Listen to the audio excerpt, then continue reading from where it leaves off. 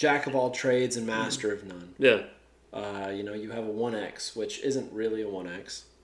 And then you have a 6, 8, or 10X, which is usually great if it's 6, sometimes good if it's 8, decent if it's 10. Yeah.